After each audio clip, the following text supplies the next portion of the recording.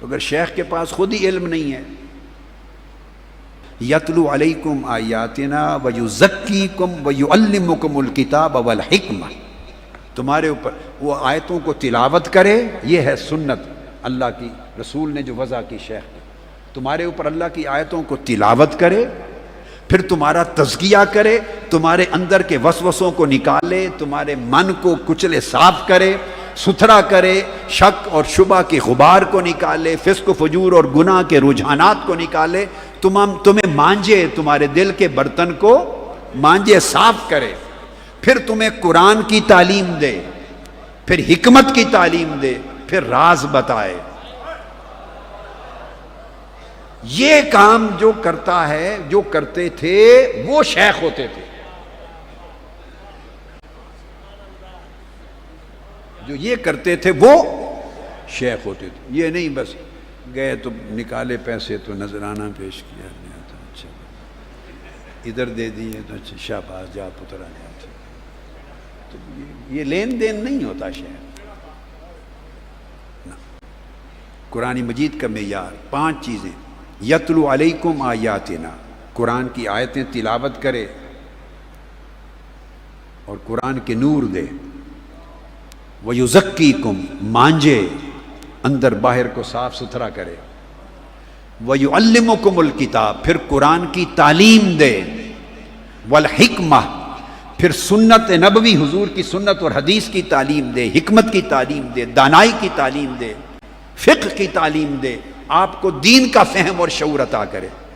5واں وَيُعَلِّمُكُم مَّا لَمْ تَكُونُوا تَعْلَمُونَ، اس کے بعد پھر اس قابل ہو جاؤ، پھر اوپر کے راز بتائے،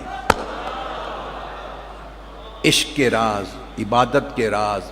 معرفت کے راز، قربت کے راز، پھر راز بتائے۔ یہ 5 چیزیں یاد رہ گئیں؟ تو جو ایسا کرتے اور جو ایسا لینے کے لیے جاتے وہ سب مریدین ہوتے تھے اور وہ مشائخ و شیخ ہوتے تھے۔ ہماری تحریک اس تصور پر قائم ہے، ہماری تحریک، لہذا جو رفقا ہو گئے اور ان کا کوئی اور شیخ نہیں تھا، اب نسبت کے قائم کرنے کے لیے، چونکہ حضور سیدنا غوث الاعظم رضی اللہ تعالیٰ عنہ کی خدمت میں میں نے درخواست کی ایک بار، یہ بڑی پرانی بات ہے، ایک بار درخواست کی، جب یہ واقعات ہوئے نا، کوئی ڈنمارک میں ہو گیا، کوئی ناروے میں ہو گیا، کوئی کسی اور ملک میں ہو گیا، کوئی اندر باہر مختلف ملکوں میں ایسے واقعات ہوئے چند ایک، تو میں نے عرض کیا آقا میں محنت کر کر کے اس ریوڑ کو جمع کرتا ہوں، تو یہ تو میں نے قسم کھا تھی کہ میں ایسے جو ہاتھ میں ہاتھ دے کے جیسے پیری مریدی ہوتی ہے میں یہ نہیں کروں گا، یہ میرا حلف تھا، میں ریوڑ جمع کرتا ہوں، میں انہیں سمجھاتا ہوں، دنیا داری سے نکال کے دین کی طرف لاتا ہوں، دین کا وفادار کرتا ہوں، حضور کا جانثار کرتا ہوں، عشق رسول پہ لاتا ہوں، قرآنی فکر پہ لاتا ہوں، دین کے فہم اور معرفت پہ لاتا ہوں، یہ دین کی خدمت اور دین کو زندہ کرنے کی عمل پہ لگ جاتے ہیں، چلاتا ہوں۔ اچانک کوئی داخل ہو جاتا ہے ریوڑ میں، کسی ملک کہیں کوئی ریوڑ میں، اب سمجھ گیا نا، ریوڑ میں کوئی داخل ہو جاتا ہے اور 2-4 بکریاں اٹھا کے لے جاتا ہے، بھیڑیں اٹھا کے لے جاتا ہے، ریوڑ کو سارا کھا پی کے اڑا کے لے جاتا ہے، پھر وہ لے جاتا ہے، کہتے ہیں یہ بہت اچھا ہے مگر ہاتھ بھی ہونا چاہیے۔ میں نے کہا میں اپنا عہد بھی نہیں توڑنا چاہتا اور ریوڑ بھی بچانا چاہتا ہوں کہ یہ حضور کے رہیں، اللہ اللہ کے رسول کے رہیں، دین کی خدمت پہ رہیں، دین کو زندہ کرنے کی نوکری پہ رہیں، یہ تجدید دین ہے۔ اس تحریک کو اللہ پاک نے بپا کروایا 100 سال کے لیے، یہ دین کی تجدید کی تحریک ہے، دین کی تجدید مجددانہ تحریک ہے، اگلی نسلوں میں اس نے چلنا ہے، 100 سال تک پوری دنیا میں سرزمین پر دین کا زندہ ہونا اس تحریک کے ساتھ ہے۔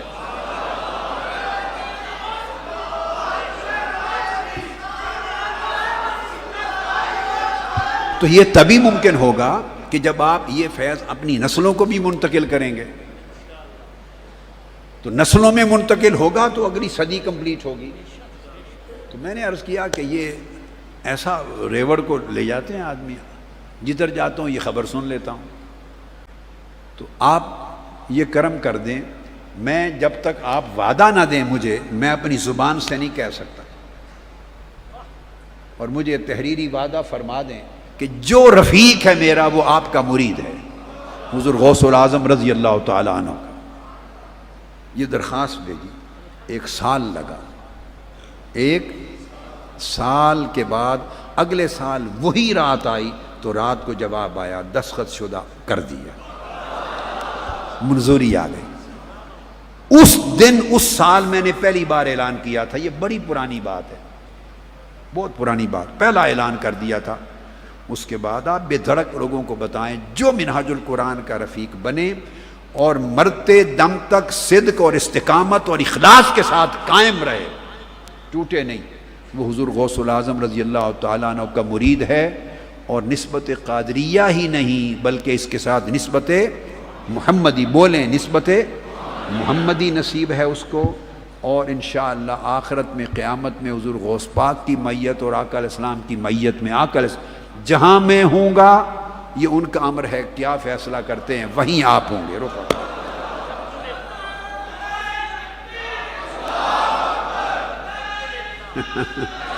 چلو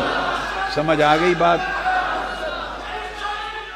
یہ میں نے ریوائیو کیا سبق اس لیے کہ بہت سے نئے بچے آئے ہیں، نئے لوگ آئے ہیں، بہت سے نئے بچے آئے ہیں، نئے لوگ آئے ہیں، تو یہ طرح طرح کے دین کے نام پہ بھی فتنہ گری ہوتی ہے، دنیا کے نام پہ بھی فتنہ گری ہوتی ہے، ایک لوٹ مار کا بازار گرم ہے دنیا میں، تو اللہ پاک رحمت فرمائے۔ آپ کو وظائف دے رہا ہوں تاکہ وظائف آپ کے پڑھنے کے لیے جو نئے آئے ہیں وہ بھی اور پرانے بھی۔ ہر نماز، کسی ایک نماز کے بعد، ہر نماز کے لیے نہیں، کسی ایک نماز کے بعد، فجر کے بعد یا جو بھی، ایک تسبیح لا الہ الا اللہ کی آنکھیں بند کر کے اپنے دلوں کی طرف ایسا تصور کریں، اور جو زیادہ پڑھنا چاہیں 200 مرتبہ پڑھ لیں، جو اور زیادہ پڑھیں 333 مرتبہ پڑھ لیں، یا 111 بار پڑھ لیں، 111 بار ایک تسبیح کر لیں گے نا، اس پر 10 کا اضافہ کر لیں، 111 ہو جائیں گے، یا 313 کر لیں، 333 کر لیں، سب عدد اجازت ہے۔ آپ لا الہ الا اللہ، اول آخر 11 بار درود شریف، یہ کلمہ طیبہ کا۔ جب ختم کریں وظیفہ تو اینڈ پر محمد رسول اللہ کہنا، ایک بار، صرف اینڈ پر ایک بار محمد رسول اللہ، اینڈ پر۔ یہ سب کو پڑھنے کی تاکید ہے، ساروں کو۔ ایک تو کلمہ طیبہ کا وظیفہ، دوسرا کم سے کم ایک تسبیح درود پاک کی، زیادہ کی حد نہیں ہے، جتنا پڑھ سکے۔ جب لا الہ الا اللہ کی تسبیح کریں اس وقت اپنے دل کی طرف توجہ کریں اور دھیان کریں جیسے اللہ پاک کا نور اتر رہا ہے اس کی صمدیت اور احدیت کی بارگاہ سے، اور نور آپ کے دل پہ اتر رہا ہے بارش کی طرح۔ دیکھتے رہے نا، بارش رات کو بھی آئی تھی، موسلا دھار بارش کی طرح نور، انوار و تجلیات اتر رہے ہیں، نور ہی نور، اور دل اس میں گھرا ہوا ہے، اور رفتہ رفتہ تصور کریں کہ اب وہ نور دل کے اندر بھی جا رہا ہے اور دل اندر سے بھی روشن ہو رہا ہے، یہ اللہ کے ذکر کا نور اتر رہا ہے۔ آنکھیں بند کر کے اس تصور میں بیٹھ کے ذکر کریں۔ دوسرا، ایک تسبیح کم سے کم یا زائد جتنا پڑھ سکیں اجازت دیں، اوقات، حضور علیہ السلام پہ درود پاک، اللہم صلی علی، پڑھی، سیدنا و مولانا محمد وعلی آلہ وصحبہ وبارک وسلم، یہ درود پاک۔ اگر کچھ لوگ اس کے علاوہ کوئی اور صیغے سے درود پاک کسی کو یاد ہے پڑھنا چاہیں، اس کی بھی اجازت ہے۔ تو درود پاک کم سے کم ایک تسبیح یا زیادہ جتنا پڑھ سکیں تو۔ اس کے بعد جہاں جب درود پاک پڑھیں تو تصور کریں آقا علیہ السلام کے گنبد خضرا کا، آنکھوں میں رکھ لیں گنبد خضرا، اور اگر کسی کا تصور جالی مبارک کا قائم ہو سکتا ہے تو جالی مبارک کا کر لیں، سامنے مواجہ شریف کے کھڑے ہیں۔ جالی مبارک کا قائم نہیں ہوتا تو گنبد خضرا تو ہر کوئی دیکھتا ہے نا تصویر، تو گنبد خضرا کا تصور کر لیں، سب گنبد خضرا، جالی مبارک، قبر انور سے آقا کے انوار و تجلیات ہی نکلتی. تو آقا کا تصور کر کے گنبد خضرا کا حاضری کا درود پاک. تیسری تسبیح استغفار. استغفر اللہ العظیم الذی لا الہ الا ھو الحی القیوم واتوب الیہ. یہ استغفار 100 مرتبہ ایک تسبیح.